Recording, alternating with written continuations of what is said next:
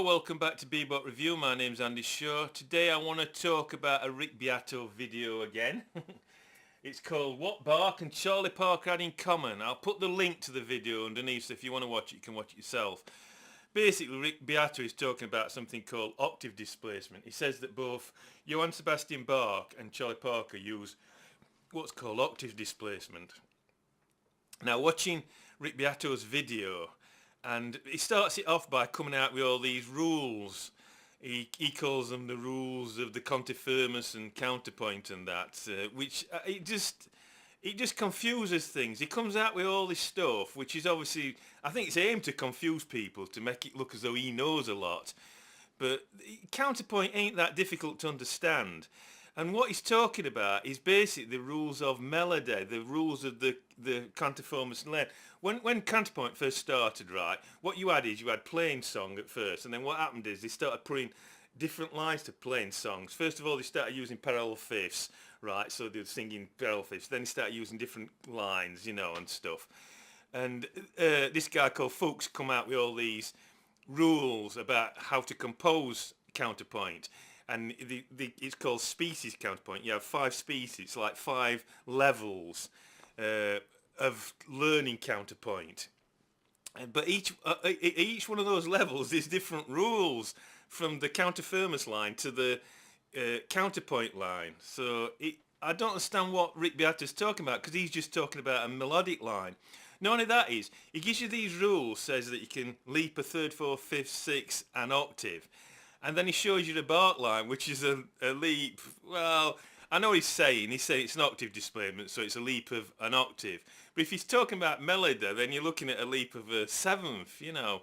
And the Charlie Parker line he gives you is a diminished seventh. So I don't quite understand why he's bothered to tell us all those rules, you know. It just doesn't make sense.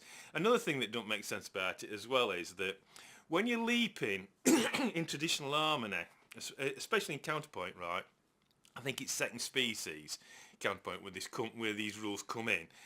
If you're leaping off the beat, not on the beat, it don't matter what the interval leap is, because the next you're gonna resolve it immediately. And it's the same with Charlie Parker and Bach, whatever, in those things. It don't really matter what the leap is, because it's gonna be resolved. Anyway, I don't want to be going on about this. It's just I just don't understand why he said all this. But the main thing is what he actually says about octave leaping, this octave displacement, right, is pretty true in a way. And I actually criticised Mark on Music Education for All, because he actually put a piece of Charlie Parker on, and he actually talked about chord substitution in this video, whereas I said no, it's actually kind of like octave displacement, same as what Rick Beatos said. So in a way I agree with Rick Beatos as far as that's concerned. Also, this also ties in very nicely with somebody called Jeff Snyder, right? It also ties in with something Jeff Snyder did. Jeff Snyder is a sax player on YouTube. He put on a video, and it says, in his video it says, the scale you never knew about that we can use in bebop, and it ties in very nicely with what Rick Beatos says. Rick Beatos gives you this example of Charlie Parker, where the line's going down, then he says it's jumping an octave from the next note down, right? And Jeff Snyder talks about using the harmonic minor scale. Now, if you look at what Rick Beatos is talking about in that video, it's obviously that line is a harmonic minor scale, that Charlie Parker's using the harmonic minor scale, then he's jumping and carrying on the line. Now, what's the problem that I have with Rick Beatos? Up to now, I don't have any problem with what Rick Beatos says. There's loads of people writing on his little comments on his video, right, which has had millions of views, you know, like Rick Beatos gets millions of views because he's got so many subscribers and that. And they're all accepting what he says without question. Now, this is where it bothers me, right?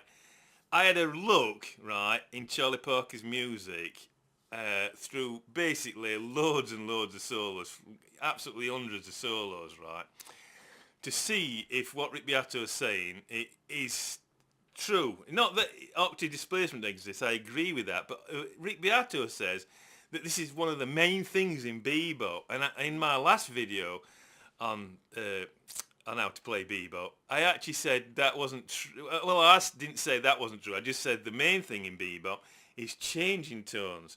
Changing tones is the thing that identify bebop more than anything else. And it's not octave jumps. So I went to that look, and you don't see that many basically. Parker leaps around all the time, but it's not octaves. He like leaping around in sixes and all sorts of stuff. But Rick Beatos is saying that this leaping around is what identified bebop, and what he does is he gets on the piano and he starts playing these things one after other and says that you will be playing bebop. But that's not how Charlie Parker plays. Charlie Parker is his whole emphasis on leaping, right? He's not the leaping itself, right? Even though it does sound interesting, like Rick Beatos says, and it brings out the rhythm. Obviously, if you're leaping up the top note, you can accent it and bring out the rhythm, and this high note accent is one of the things that bebop's about. The main emphasis on this leaping around, right, is to maintain voice leading lines, and Rick Beatos don't spot that. And if you look at where Charlie Parker leaps, that's what you see. You see voice leading lines, and the leaping, right, is to bring up the voice leading line back in, right. Now, a lot of it is done specifically at points that Rick Beatos himself shows over 2-5-1, basically 5 going to 1.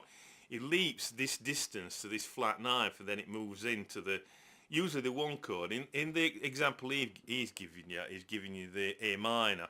So Parker's playing in A harmonic minor, leading to A minor, right?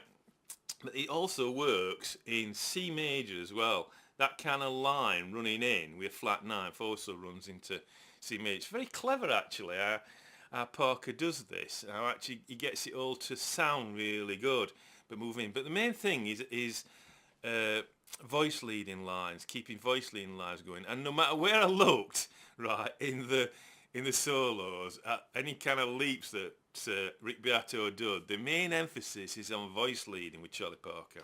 His voice leading is just incredible. It's unbelievable. It's actually unbelievable. I actually cannot understand. You know, I mean, they call Charlie Parker a genius and all this kind of stuff, but I simply can't understand how a human mind can play that good. It's just really blows your mind when you look at it. And most of the time with Charlie Parker, most people just simply can't see it. I just don't understand. It just stands out once you actually understand bebop and how the music moves and how changing tones are leading you to certain notes. You can see how the voice leading is actually moving through. If you've been watching my video, you've probably already got that Charlie Parker's voice leading is fantastic. So this octave displacement, what Rick Beatos says, even though Rick Beatos correctly says that it doesn't have to be an octave, it doesn't have to drop 1 note, it can drop down 2 notes and jump an octave, it's kind of like weakening his argument. But I understand what he's saying, and I'm not going to argue against it. What my main argument against is that Parker is not doing this simply as an effect like Rick Beatos did, where he goes on the piano and then jumps and like that all the time. Parker, you never hear Parker do that. Parker's lines are always to do with voice leading, okay? And that's a very simple video, and that's all I want to say, okay?